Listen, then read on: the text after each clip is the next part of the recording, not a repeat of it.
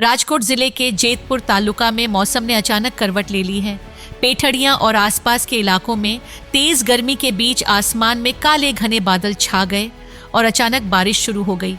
Pethadiya highway पर तेज हवाओं के साथ हुई बारिश ने माहौल को पूरी तरह बदल दिया। भीषण गर्मी और उमस से परेशान लोगों को इस बारिश से बड़ी राहत मिली है। बारिश और ठंडी हवाओं के चलते इलाके में मानसून जैसा नज़ारा देखने को मिला। सड़कों पर चलते लोग और वाहन चालक भी अचानक बदले मौसम से हैरान नजर आए। हालांकि इस बेमौसम बारिश ने ग्रामीण इलाकों के किसानों की चिंता बढ़ा दी है। किसानों को डर है कि मौसम का यह बदलाव उनकी फसलों को नुकसान पहुंचा सकता है।